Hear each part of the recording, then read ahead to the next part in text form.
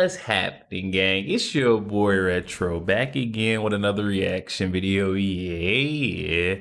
Today we got another huge update. You guys can probably already tell it is going down. Just by that title alone, definitely gonna want to see this one, as we got that Fox News The 5 host Harold Ford Jr. back at it again, folks. Seems as if he is battling it out head to head against that Jessica Tarloff, trying to see who's been the most affected by that Trump derangement syndrome. And I've got to say, he is making a very strong case to take that cake in this newest update, guys. I'm excited to get into it, so we're not straight into it. So make sure you guys hit that like button, hit that subscribe button. Before we even get into it, you guys, hit that like button, also hit that subscribe button for your boy. And without further ado, let's get straight into it, folks. Check this out. Explain this court decision in Illinois.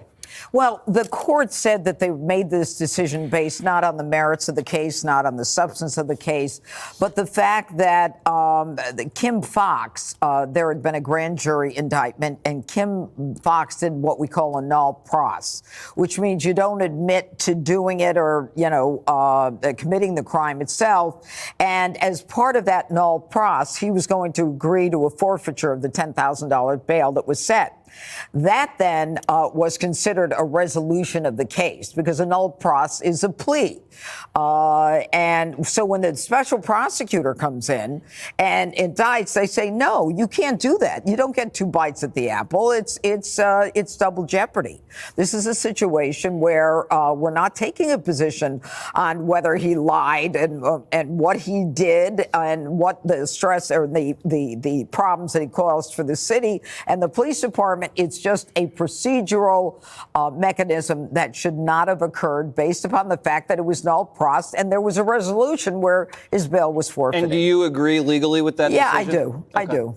I mean, that's just the fair way to do it. But, he's not the most important person in the segment. I mean, when you hear about all these people running around free and able to be on the streets after they stab and kill people, and they randomly select a victim, whether it's a nurse or someone who's working in a bodega, and they're free to walk around. And I've been in the trial downtown at 100 Center Street watching the Danny Penny trial, where you've got a guy who's been indicted by Alvin Bragg. His case is being put ahead of everybody else's case.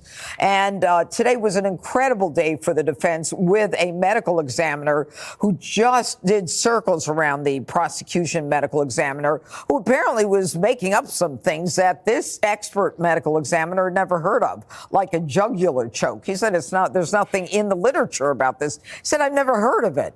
But I mean, this is what's happening. It's the politicization of the criminal justice system, where this guy, Danny Penny, who was a savior to everybody on that train, who thought they were going to die, when a guy ends up coming out and says, I'm going to kill somebody, I don't care if I go back to jail for life, everyone was petrified. And the last thing I'll say is that, we owe this guy a debt of gratitude for what he did. And the medical examiner, by the way, made it clear that he died of sickle cell, as well as being in a psychotic episode, as well as a toxicity from the cannabinoid, a K2, which was similar to a cocaine. Wow, guys. Judge Janine, honestly, all in all, calling it how it is, I think that District Attorney Alvin Bragg needs to be investigated. His prosecutor's office is just doing some very fishy work. I would love to see, behind the scenes. Harold Ford Jr. Glad to be back with everybody. Thanks for having me. I cannot agree with the judge any more than I ever have. We spent a lot of time disagreeing, but I thought the way you characterized what happened in Illinois is exactly right. And I hope whatever people may think about the underlying facts that made the original resolution or the initial resolution of the case, maybe that should not have been what happened, but it is what happened, and legally he was entitled to the decision that the Supreme Court rendered. We have a new police. And I just don't feel like I agree with that either. The whole $10,000 settlement or being the resolution of this guy's entire case, when that Jussie Smollett or Jussie Smollett, I hope I'm pronouncing that correctly, guys, either one, but that guy literally almost caused like race riots across the country. This guy tried to set the country ablaze, and then this guy gets off a $10,000 cash bail. Is crazy. That's a slap on the wrist to a celebrity of his stature. I mean, come on now, it's pocket change. It makes no sense. It is what happened, and legally he was entitled to the decision that the Supreme Court rendered. We have a new police commissioner in the city, Jessica Tisch, who I wish nothing but the very best. She's had a big job over the many years developing and implementing all of the new technology and innovation at the police department. I wish her the best as she now has the day-to-day hand-to-hand combat job of dealing with crime in our city. I agree with you on Daniel Penny as well.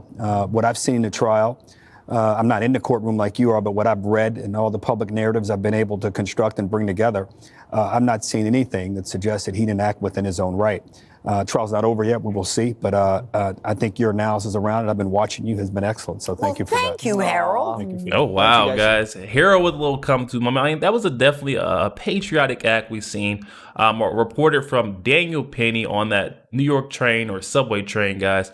You see him defending countless lives, and then he's getting a book thrown at him by District Attorney Alvin Bragg. Once again, pivoting back to my point, guys, we need to see some investigation on him, his prosecutor's office, because it's something fishy going on, guys. I think your analysis around it, I've been watching you, has been excellent. So thank you for that. Thank you, Harold. Thank you for that. Why don't you guys just kiss? Jesse. Let's put the legal stuff aside. You know, you see a guy like Jussie Smollett. Everybody knows what he Smollett. did. Even the witnesses said he did what he did. And he doesn't really have to face the kind of justice that a lot of Republicans have to face with made-up charges and messed up prosecutions. He was in jail for 6 days. He was supposed to do 50 days. What bothers me the most about this Jussie Smollett case, based on what you just said, is the sheer lack of humiliation and embarrassment on the part of this individual. He needs to come forward and say, look, I used up police resources. I made up a story. I was worried about my job. I can't put words in the mouth. Whatever he wants to say. When you watch the Osundario brothers, I mean, it is a hilarious, Right. embarrassing, but abuse of the use of law enforcement, of legal, wrapping up this in a legal way.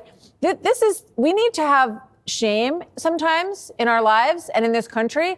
And when you do something this embarrassing, egregious, I don't know where he found the wherewithal to go on ABC and to say, tell this whole story. And he's got a little tear in his eye, and I left the rope around my neck because I forgot it was there. I mean, and then, Robin Roberts is like patting him on the knee. I'm so sorry. Kamala Harris comes out and says, you're the victim of a modern day lynching. And no one should be judged on the basis of their sexuality. Wake up. Wake up, everybody. I mean, we definitely need to wake up to like the bigger picture of all of this, what his end goal was. I mean, this guy was trying to incite some type of violence, stir the pot across our nation. You're going to let him go with a $10,000 fine. It's insane to me. Judged on the basis of their sexuality. Wake up.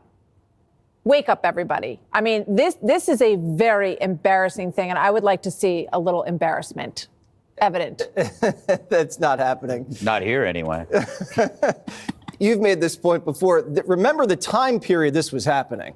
This country was like a tinderbox, Greg. If this thing had actually gone the way he wanted it to go, who knows what would have happened. This is a bigger crime than what he was even. He was trying to foment a race war. And we talk about hate crimes. Well, a hate crime hoax is a hate crime. It was a hate crime against whites. And this case was important because it was providing an incentive against committing hoaxes, and now that evaporates. Now there are no disincentives for fomenting race wars, racial division, or hate crimes. It's just I can't remember how many hate crime hoaxes actually ended up with a punishment. They always say they seek psychiatric counseling. This guy admitted basically to guilt by forfeiting bail. So he is guilty. But I want to talk about the crime. There's an unholy pattern. It's a three-step pattern that happens with crime, immigration, and even with trans radicalism. 1, something bad is allowed to happen. 2, nothing is done about it as it grows. 3, finally something is done, whether it is Daniel Penny or someone else.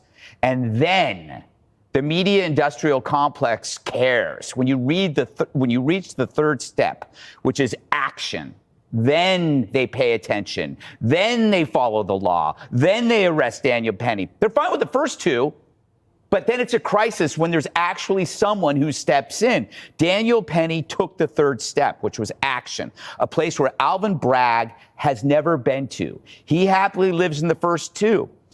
Coddling criminals, releasing them to an unsuspecting public, including his own employees. One of his own prosecutors was assaulted by action. And this pattern is in everything: immigration, in crime, in dealing with hate crime hoaxes. It's fine until there's action, and then they care. Well, that was great action by the Nigerian brothers. It goes without saying that acting. They have a future. They have a future, and bravo to Fox Nation. Fox and Friends Midnight, a new show. Yo, there we have it, guys. Greg Gutfeld simply calling it how it is there at the end. I feel like he always, when he weighs in, he calls the balls and the strikes strictly down the middle, no matter what team, what side you're playing for. And right there, he's saying, they never step in until there's true action. Exactly what we're seeing up New York with Daniel Penny, District Attorney Alvin Bragg, and his prosecutor's office. It just seems like they are, mishandling every single case, politicizing their office. Alvin Bragg hasn't done much for the community as far as serving his people. He's supposed to be able to represent those who have been, taken advantage of, that can't represent themselves. But this guy instead uses his office, come after Donald Trump, coming after heroes that step in. I mean, let's be honest, guys, what we're seeing happen to Daniel Penny is absolutely insane, especially when we got people like Jussie Smollett just walking the street. I mean, a $10,000 fine is all this guy got for the fake hate crime hoax. It just does not make sense to me. The nation we're living in, we definitely need to move back to a space of law and order, because it seems like we've lost total grip of that, guys. But definitely hop in the comment section. Let me know your thoughts. Also, make sure you guys hit that like button, hit that subscribe button. If you did enjoy more content like this, catch you guys on the next one. We go.